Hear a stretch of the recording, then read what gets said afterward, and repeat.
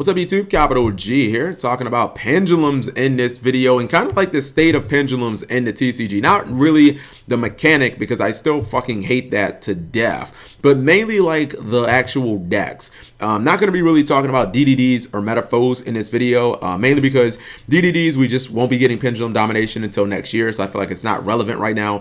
And with metaphors, we won't be really getting that full archetype until Invasion Vengeance. That'll be in like November. In addition, I feel like metaphors is mainly a deck that is best used when other decks are splashed inside of it. Things like Magic Specters or Yang Zings, especially because so much natural synergy there. But I'm mainly going to be talking about like in the TCG and probably like the most competitive, most competitive pendulum decks. Like, I do understand that there are some pendulum decks that are fun and good, but they're not like super competitive on like the highest level. Decks like Dino Mist and Zephyra. So I was watching the ARG yesterday, and quite frankly, I didn't even realize that there was an ARG over the weekend until somebody in my stream brought it up. So like, ARG, if you guys ever see this video, you seriously need to do a better job of like advertising, because like no one had any idea that there was a fucking ARG. And even at the finals, it was only like 400 or 500 people watching it. So I can get that on one of my streams. So you guys like definitely got to do a better job of advertising. Like, seriously, if you guys need somebody to sell out, I'm your man. But anyway, so I was watching the event, and the finals was PK Fire versus like a pendulum build, and PK Fire won 3-1. I actually know the guy that ended up winning. His name's Patrick James. He goes to my locals right here in Raleigh. It's called Game Theory. I've met the guy a bunch of times. So like, what I realized when I was watching the top four and when I was watching the finals is what I kind of already knew, and what I've kind of been saying for a while. All of these pendulum decks, like the one that won Euros, and the one that was in the finals in the top four of the ARG, and the ones that did good at the North American WCQs, to me, don't they just feel like they're just Kirin decks now? Like, I've been talking about Kirin for a long time. I'm not going to focus everything and all my attention on Kirin in this video, because I'm pretty sure people have gotten sick of me talking about this card, because at this point, you either think Kirin is a problem or you just don't think it's a problem. I don't think that I'm going to sway you anymore, but if you just want to watch the videos as like evidence, just go on their Twitch stream, ARG, and just watch their videos. Like, even the announcers were talking about how, like, the guy would open up and he didn't have access to Kirin. It was like, damn, this is a really bad hand, because you don't have any other ways of defending yourself. Like, pendulums, they don't play traps, so if they don't have their monster that's essentially a walking trap, unicorn, like Burning Abyss and Monarchs can just do whatever the fuck they want to you. You have like no way of stopping them from doing anything. They just fucking destroy the shit out of you, and if you don't have your scales to summon everything back, you like get completely fucked. But that's not really the point. The point of this video is with what we think is going to happen on the ban list, or what we think is just a possibility of happening. Do you guys think that like pendulum decks need to be buffed? And again, I don't have a lot of sympathy for pendulum, the mechanic, at all. I fucking hate the mechanic. I still think it's absurd that you can play a couple of cards and summon 5 monsters. Now, I do understand that there is a risk attached to it, because things like Solemn, Solemn Warning, Solemn Notice, you can lose all your cards. But I just don't like the concept of both of you are basically like, you and your opponent are grinding and you're both battling it out like on the show, and then late game, like, he gets to summon 5 monsters back and like you don't, because you played an Exceed deck. Like, that's fucking stupid to me. Like, he gets to summon all his shit back that was like destroyed earlier in the duel, and like you don't, because he runs pendulum and like you just don't run pendulum. Like, that's stupid to me. But I do have a lot of sympathy for archetypes, and if you looked at the OCG, like the OCG got basically, when it comes to like pendulum, they got kind of like the same hits that we got in the TCG, except in addition they got like Monkeyboard banned. And I don't know if you guys have noticed, but like pendulums fell off the fucking planet in the OCG. Now again, not talking about like DDDs and metaphors, but I'm talking about like Odd Eyes, I'm talking about Pendulum Magicians, and I'm talking about like Performer Pals. And these are 3 really big archetypes, and I feel like we got to talk about them all together, because they are kind of tied at the hip, because of cards like Joker that searches pretty much all of them, because of cards like Sky Iris, and then because of like Yuya Sakaki, the main character, and Yu-Gi-Oh! Arc V. He plays all of them, and his daddy, I think, I've never seen his dad duel, but I heard that he plays Performer Pals too. So like, the main character on the show plays all of these archetypes in one clusterfuck of a deck. So Konami is going to release a ton of Performer Pals until the end of Arc V, which I still think there could be potentially 40 more episodes. Like, and that would mean I think we're gonna get 3 or 4 more full booster sets of Arc V. Like, I think we'll probably get, after Raging Tempest, I think we're probably going to get 2 or 3 more sets of Arc V until they move into the 6th era of Yu-Gi-Oh! So, like, I feel like this deck, if they lose Monkeyboard, it's just going to fall off the planet. And that's really what I'm talking about in this video.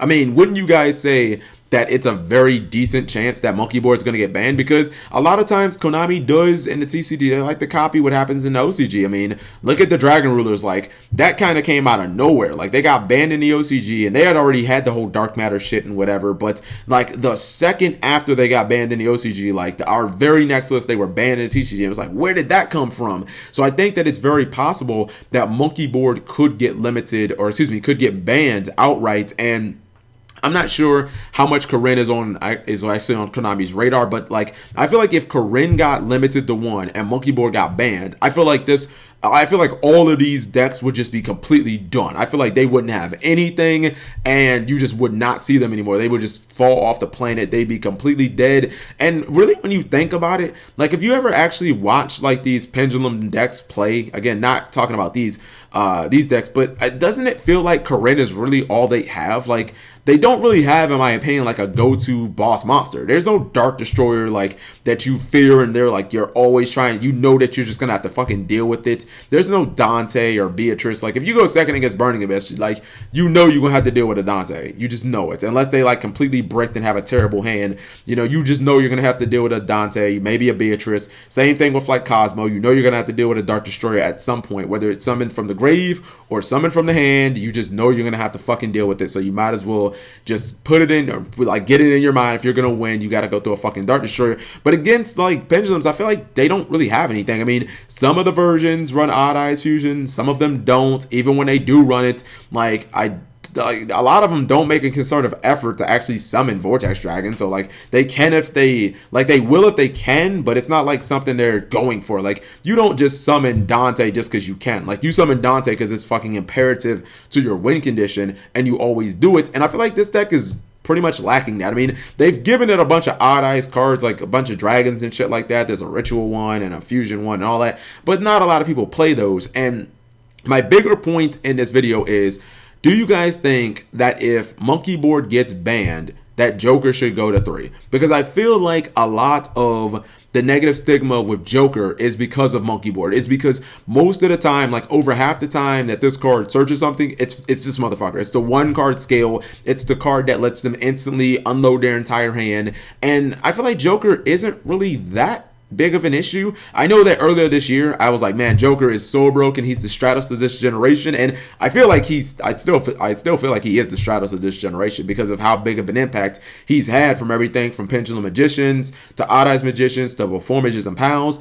And earlier this year, I mean, like, Monkeyboard was at 3, so like, of course, a statement like that when you had Monkeyboard at 3 and like the deck was like one of the most consistent decks ever. But I do feel like if this was at 3 with Monkeyboard banned, I don't think you'd be able to do like anything that's extremely broken. I mean, you'd be able to search things, like you'd be able to search 1 scale. Like, even if it was a scale that let you draw a card like Get Turtle or Lizard Draw, like, you have to have 2 scales to draw that card. You know, if you search Pendulum Sorcerer, which is a card they might start searching more, I mean, you can't just special summon it. Like, you have to already have scales to just special summon it and use the effect. So I feel like Joker, and I've seen a lot of people even say this, like, Joker isn't really a problem without Monkeyboard. And I do understand that Joker has dual utility, and I brought that up in the past, but then I really thought about that. Yes, it can be used as a scale, but I was like, man, this card's been out roughly 9 months. Out of all the duels I've ever played, either with the deck or against it, why do I feel like I've only seen Joker as a scale like maybe 3 or 4 times? I'm like, why does that fucking happen? Then I read the cards like, oh, because you have the Zephyra / Cleafort clause built into you, where you can only summon your fucking archetype. Like, I don't understand why they built that into Joker and they didn't build it into like Monkeyboard and like all the other Performer Pals. They could have completely avoided this whole Performages and Pals tier 0 shit if they just would have done that. But how do you guys feel about Joker being potentially at 3 if and when Monkeyboard goes to 0? Because I think if there's a couple of cards that are more likely to get banned on our next ban list, I think Brilliant Fusion, as much as that pains me as a Gem Knight duelist, I think Brilliant Fusion and Monkeyboard, and mainly Monkeyboard just because not only do I think personally it deserves it, but I just think that Konami could easily just copy the OCG. So how would you guys feel about Joker going to 3? Because I feel like at that point, I feel like these decks still wouldn't really have any ridiculously OP plays. If Kirin stays at 3, then okay, maybe they might, but they would still have I feel like they would still kind of struggle setting up their scales because, or I feel like it would be much more of an investment. Like if they couldn't automatically default go to Monkeyboard full scale, then opening up with Joker would just mean, okay, I've got to use my normal on Joker, which means I can't get Pampaku, which means I won't be able to search Kirin. So, you know what I mean? Like, even if I pendulum summoning, if I'm not pendulum summoning Kirin, I'm really not doing anything. That was a big takeaway I learned from like yesterday in the ARG. It's like, if you're playing these pendulum decks and you don't summon Kirin, you're like fucking not doing anything. In the finals, the guy like played full scales in Sky Iris and he like pendulum summoned like an odd-eyed dragon. It was like an odd-eyed pendulum dragon in defense. And like, I want to say an Oath Dragon in attack mode. And it was like, wow, this field is fucking, if you don't have Kirin, this deck is garbage. Like, your fields are fucking terrible. I mean, you compare that to a field of like double Dante or something like that, where it's, or even like a simple, what's it called? Like a tin can with, you know, a couple of good cards in the grave and like a dart. Like, it's way more intimidating. But let me know what you guys think, because I honestly think that Joker isn't really that big of a deal. I think that if Monkeyboard was banned, I think Joker could go to 3. And even when you pendulum summon Joker back, it's like, I mean, he might as well just be a fucking vanilla at that point, right? Like, he doesn't do anything. He's just a generic beat stick. I mean, I guess you can go into cards that need pendulums, like, you know, Ignister or something. But outside of that, it's like, he might as well just be a vanilla with no effects. So let me know what you guys think. Thank you for watching as always.